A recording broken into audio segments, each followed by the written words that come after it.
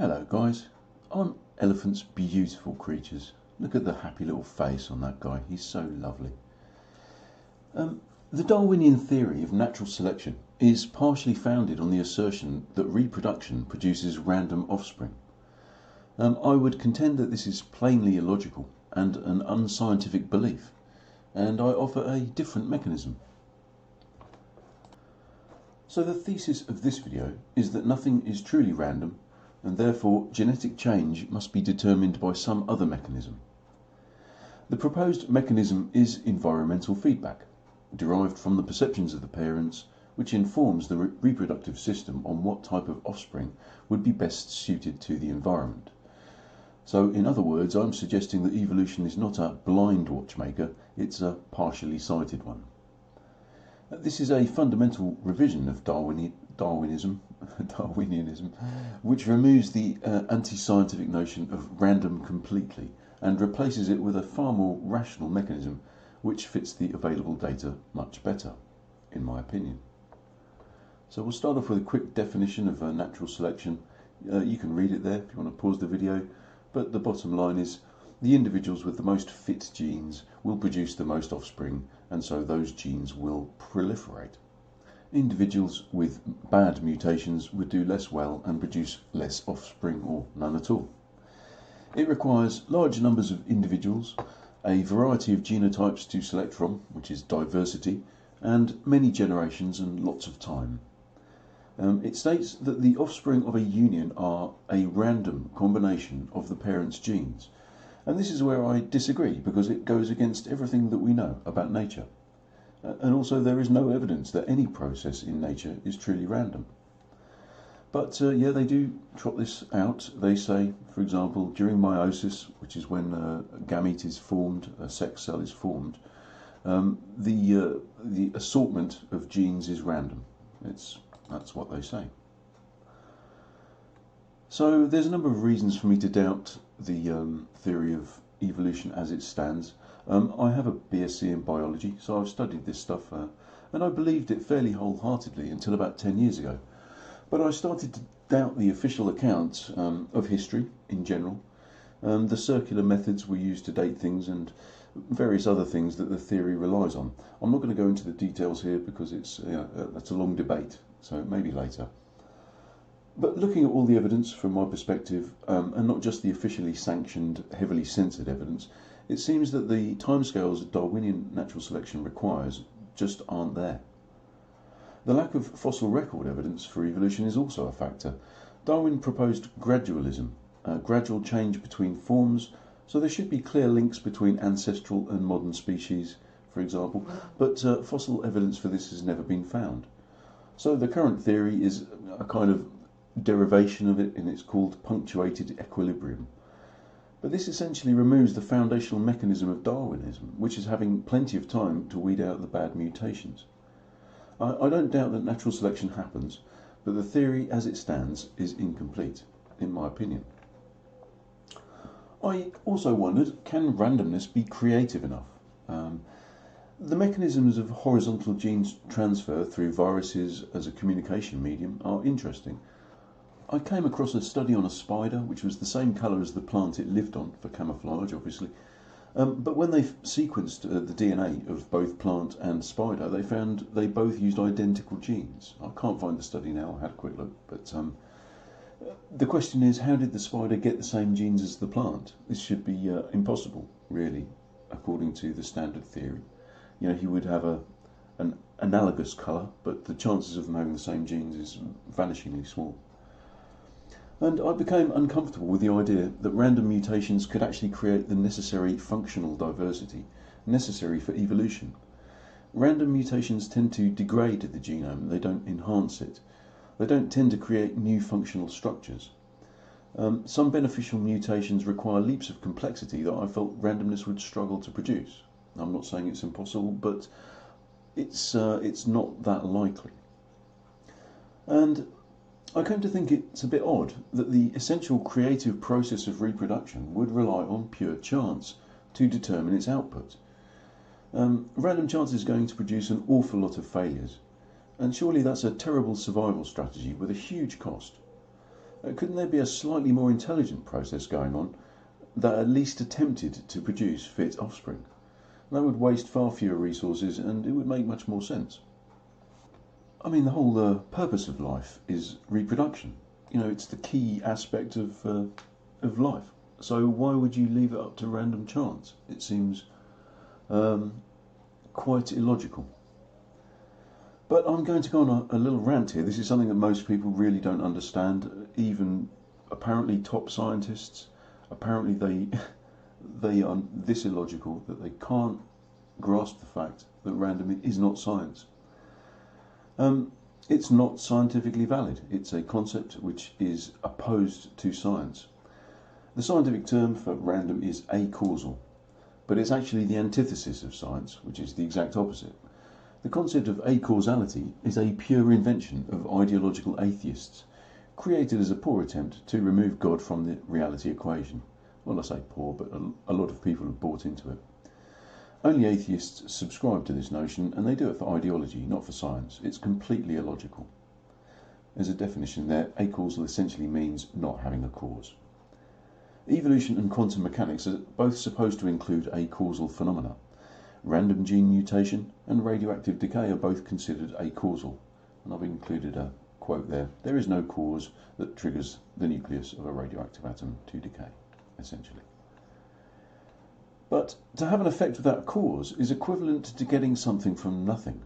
We don't observe this happening in reality. In fact, it's an axiomatic fact of reality that you cannot get something from nothing. In physics, it's called the first law of thermodynamics, or the principle of conservation of energy. You don't get something from nothing.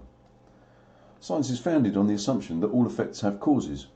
All of science is concerned with cause and effect. If things were genuinely acausal, it would literally break science.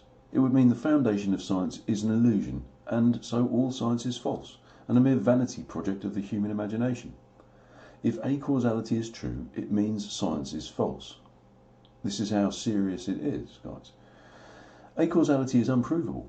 There could always be an underlying mechanism we don't know about, and science requires that there always will be one. Science is the study of cause and effect. If you remove the cause, it's no longer science, it's magic. And consider this as well. Acausal means it's unknowable. If something has no cause, it's unknowable, so it's beyond the scope of science. This is where science stops. It can never be predicted or studied, mapped or described in any way whatsoever. And science is about obtaining knowledge. But if something has no cause, there is no knowledge to be obtained. It's a literal black box, an eternal mystery. So random has absolutely no place in science. It's the antithesis of it. And I frankly cannot believe that so many so-called scientists talk about this. It's frankly shocking. Random, the blind God. Well, acausality is logically equivalent to an unintelligent God. If random can somehow affect our universe, cause evolution, underlie matter creation, etc., but without being part of it, i.e. without being affected in return, because in physics, every action has an opposite reaction, but not to random, it doesn't. Then it is a external, supernatural, creative principle that determines the fate of the universe. It's supernatural means above nature. And this is the very definition of God. It's the incorporeal, divine principle ruling over all as eternal spirit. Random has no form, so it's a spirit. And if it underlies physics and biology, then it rules over all. So random is a God, if it does exist. So to say that random is science and God is just mysticism, that's complete hypocrisy. The only difference between random and God is random has no purpose or intellect. It has no vision or plan for the universe. It's all just a pointless fluctuation in the quantum foam. Random is a blind God, a stupid God, but it would be a supernatural God nonetheless if it were to exist. The main problem with a stupid God is it's much less likely to exist than an intelligent one. Again, it's something coming from nothing. A vast, complex, ordered universe created by intelligence, according to a plan, is much more reasonable than just a single Ferrari appearing by quantum fluctuation in my driveway. My bank account is just stored as magnetic fields on a few thin disks covered in rust. But we all know that no quantum randomness is going to fluctuate a few million quid into just those few very tiny parts of reality for me. And the entire banking system relies on that. We never, ever observe anything random. To believe in something you never observe is a mere superstition. So the missing factor in evolution is choice and desire. In the standard theory of evolution, while creatures may choose their mates, the product of their union is determined by random chance.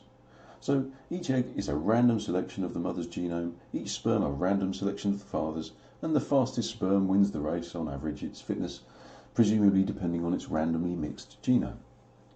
But as I said, we have no evidence that nature does anything randomly, quite the opposite.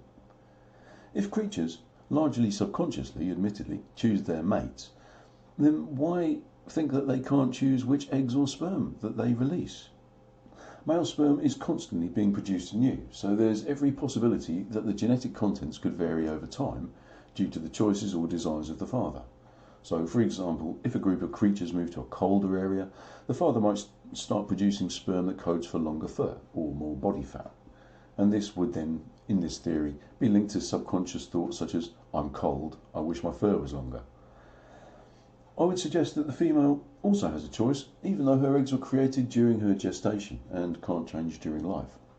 And firstly, she could theoretically choose which eggs to release depending on her environment or partner. Secondly, the egg itself has choice over which sperm to accept. Eggs do select sperm, it's observable, it's a known fact, but what we don't know is what are their criteria. I would suggest the mother has the ability to program her eggs, essentially, by her desire or inner vision.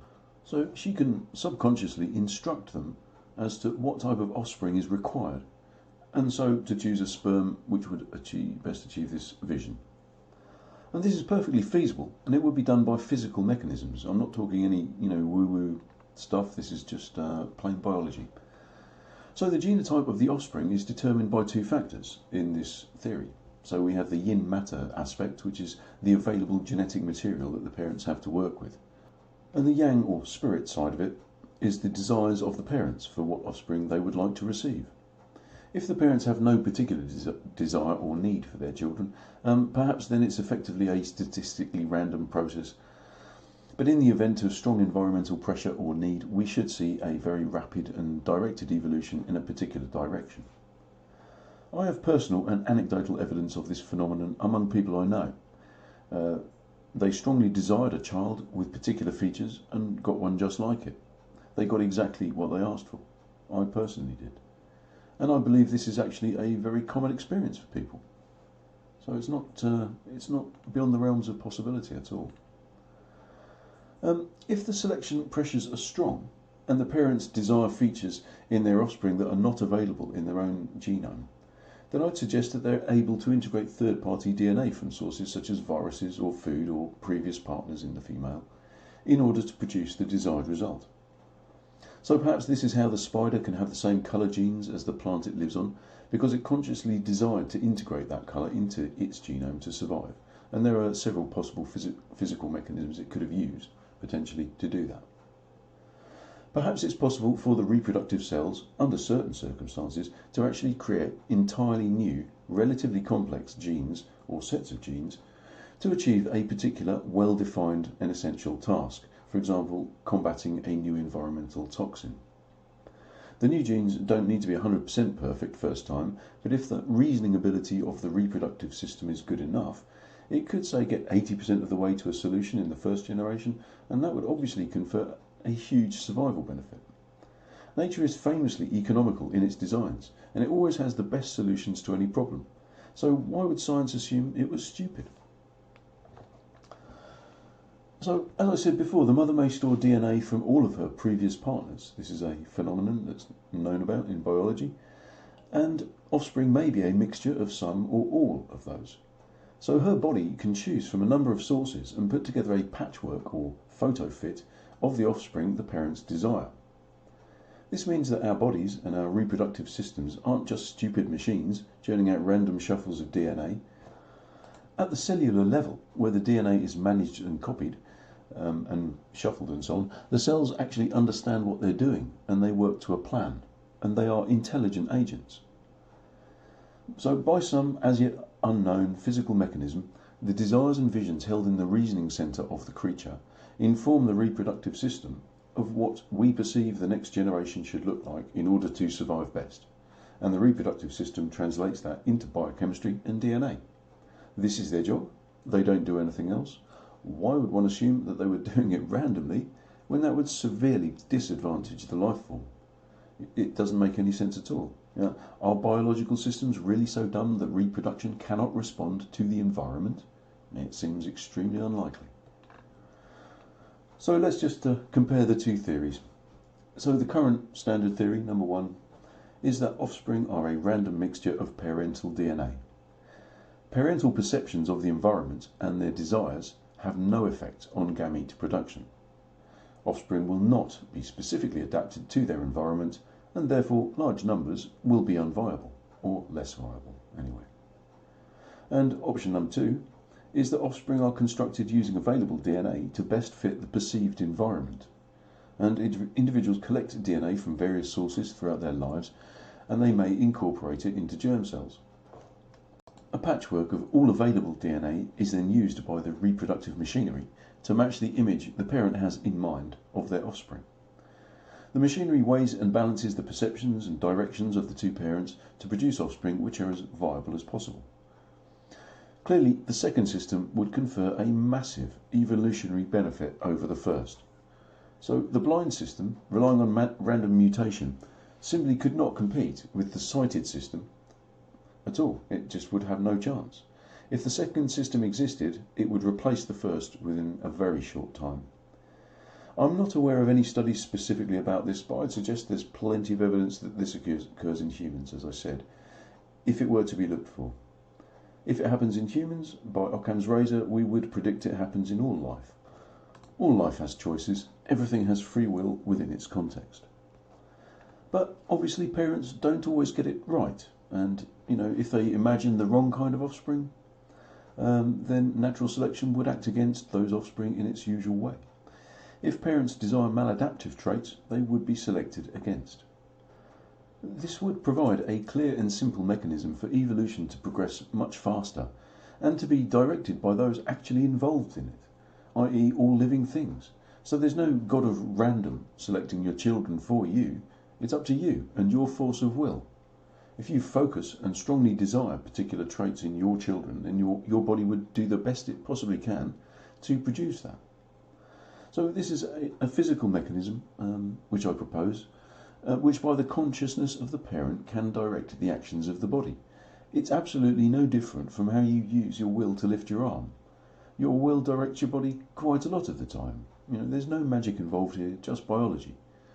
But it seems to me that this would make a heck of a lot more sense in terms of a theory of evolution, because, well, we certainly can't persist with the random idea. It simply has no place in science.